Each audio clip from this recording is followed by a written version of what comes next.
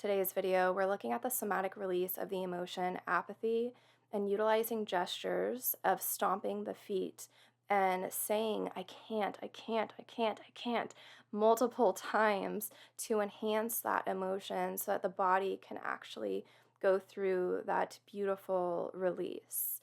So I have a minute and 30 seconds to share with you, and then we'll go over just a little bit of the psychoanalysis on this, but also some symbolism because I do want to emphasize one specific body part in this video. Okay, so let's go ahead, watch this video together, and then we will just dive into a little bit more of the analytics of it. Okay. Again, the gesture is stomping the feet, which is a sign of protest. I can't, I don't want to. This is too much. And there's already a somatic release. It's very quick. Falling to the ground and collapse with anger. This turns into anger towards the world for having so many demands, for life to be exactly what it is, but for the human to not feel as though they're capable of meeting those demands. And just notice the body part of the thigh.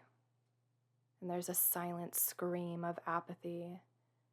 Knowing that there are others around the environment, the silent screaming is such a great release. And here it is, of a very interesting place after the releasing, kind of coming into this acceptance of needing to surrender, clearing the eyes, opening, kind of getting a new perspective, and also straightening those legs out. They weren't kind of bent beneath anymore. And here's where we're going to end. But straightening those legs out so that they aren't bent anymore. It's just allowing the energy, the emotions to move through even more so to the feet, which is that grounding, that grounding posture. So it's really interesting how in this video we're utilizing the stomping and the I can't to move the emotion of apathy, and it's grounding that in and kind of pushing it out of the body, but it's also, a charge which is very childlike because the child doesn't want to grow up to get older. So what do? They stomp their feet and they'll slam the door. It's utilizing the hands and the feet.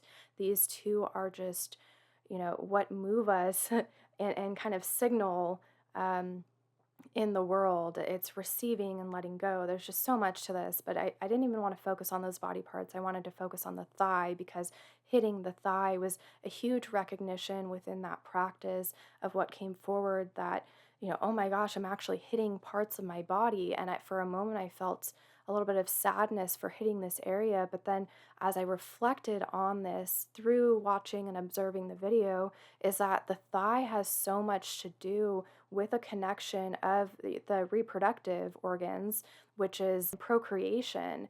It's about fruitfulness and giving life, but it's also connected to the knee, which I associate with the horoscope sign of Capricorn, which is work energy.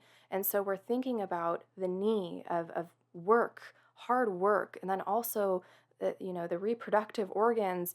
The thigh is this huge muscle that surrounds one of our biggest, largest bones, the femur. And this is, the connection between working to move forward and also creation and having that volitional quality, having this, I don't want to say the wrong word, this drive in life. I'll just say that. We have this drive in life. So it's really this middle meaty part of us that is full of life. And so hitting the legs was just an eye-opener that, oh my gosh, this is a part of my body that is not alive, it's not awake. So that's where I kind of bring in the book of symbolism.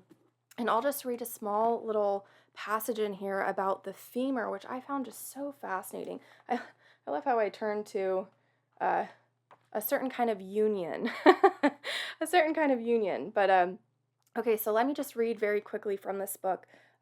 the thigh and the symbolism of the thigh. This is just so great. So I talked a little bit about how it's the thigh is the greatest muscle, and it moves the femur, which is the longest, strongest bone in the body and one with the most marrow or sap. The word femur derives from a Greek root meaning that which engenders. And the thigh signifies life, seed, and procreation. So that which engenders. Like it's bringing us life. So that's just a little bit in that book. But now I want to get into the psychoanalysis of apathy.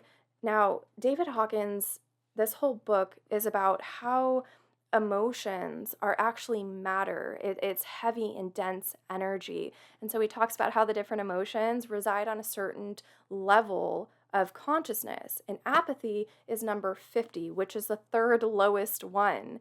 Now, when he says we're looking at apathy as number 50, this is heavy and dense, he's saying that so much of society doesn't even know how to work with people who are in this apathetic state because it's just so much. It's too victimized, it's too weighty.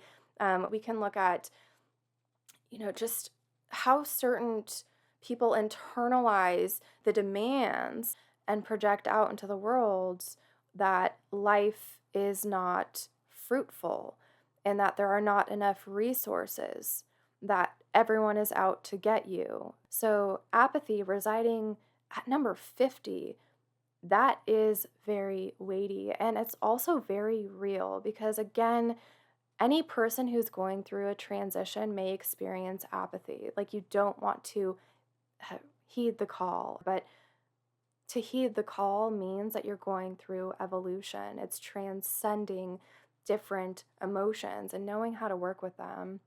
But this video was, just my personal experience with the somatic release, but utilizing the gesture in my own way.